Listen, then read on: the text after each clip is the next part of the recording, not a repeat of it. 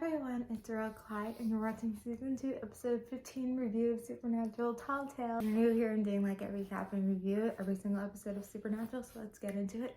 I love this episode. I think everyone does, and I think it's like, I feel like this episode's underrated. I would say it's less underrated than some of the other. I feel like I've only ever said like one other episode was underrated.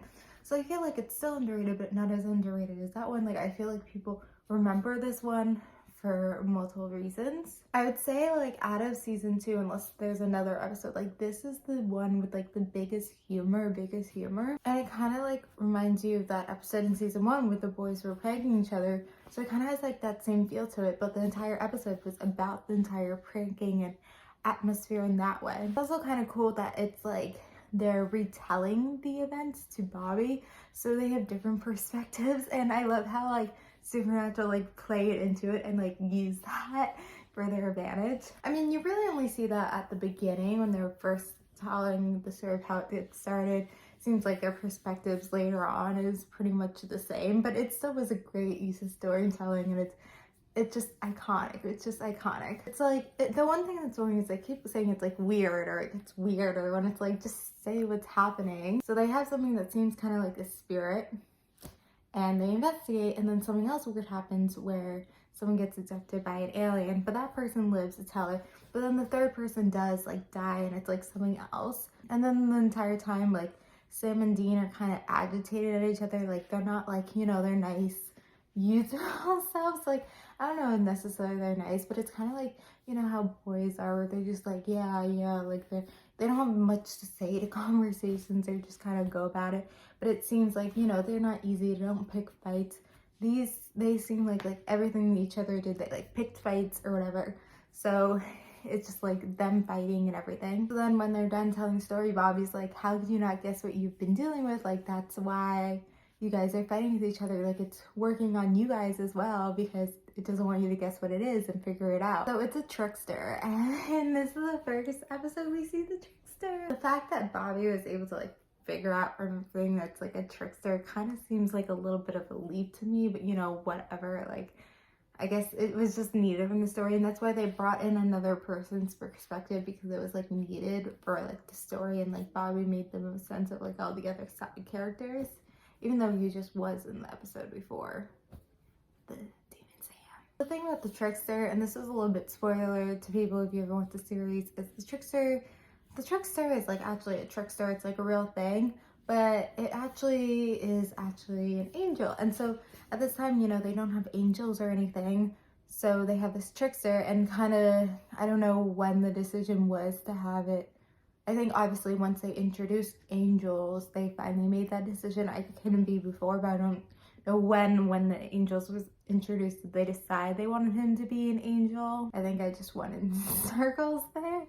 But it is a demigod, so it's kind of interesting that we are getting into demigods, and we do see episodes in the future with demigods. So I kind of like, where did this idea come? Like, why did they want to do this? And I think they wanted another like really funny episode. Like, there's, you know, they're doing better this season. They're taking more risks, and they're having more funny episodes and more risks with how they're storytelling. And so I think what's gonna happen is we're getting towards the end of the season. I think we're gonna have like some very like heavy emotional episodes, and they want like to have like this really funny episode before we get there. Obviously there are a couple more interesting and funny episodes, but like really funny episode, and I think this would probably be not only the funniest episode of season 2, but of the show thus far. So I think they were kind of looking into like what they can do with that, and researching. As I said, like these writers took like real urban legends from online, and so they found this thing about a demigod called the trickster, and they just ran with that. And it was also kind of nice that this episode didn't have like a saving the girl-esque element. You know, it was really about the brothers and the trickster, and I guess Bobby as well. But it kind of seems like something so powerful as a trickster, and like just creating things out of air like he did at the end in the fight. Like, he could have created more things out of air. He could have easily killed him. And so it kind of gets in like, you know, the trickster, it just lived a long life. It just kind of wants them for fun. And the fact I think he even said this episode, like, I like you guys. And I think that's something we see, you know, in future episodes with the trickster, with the angel, whatever, is that he actually likes them, and so, you know, plays with them, and Element is like Element entertainment, and I mean, does kill, like the next time you see the trickster does kill. We'll get to that episode in season 3. But you know, they think they saved the day, whatever, blah blah blah, and then at the end you see the trickster still there. And I don't know if it's something where they're like, oh, we want to bring the trickster back necessarily, like had the plan to do it yet. But I think it's kind of something where they wanted to like leave an open-ended so that they could bring it back if they ever wanted to have the trickster again. I think that was the reason behind it. And then I think it also makes sense of who the trickster is. It's like he definitely tricked them, and that wasn't actually him that they killed. Like, it just kind of makes sense, but it kind of leaves it like as like a little bit of a spooky note that he's still alive, but like I feel like it's kind of like you're a little bit scared, but you're not that scared because you're not that worried about them. So this episode's like a really good episode. Is it on people's like top 30, top 20 episodes? I don't know, because as I said, like there's so many good episodes of Supernatural that like even like good episodes like this kind of gets lost. It does get lost. You know what's something interesting about this episode is I actually feel like this is episode I could show people for the first time, like a first episode of Supernatural, to get them to want to watch the episode. I feel like there is enough of that where it's like you don't really need to know much about them, and I think it's like kind of the thing with the brothers, it like kind of shows a little bit more about like their personality and who they are, and it's very clear like who they are and everything with this episode, and it kind of pokes at it too.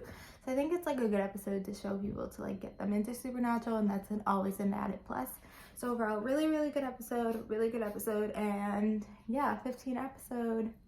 We're getting up there, guys. So thank you guys for watching. Comment your thoughts below and check out my other videos. Bye.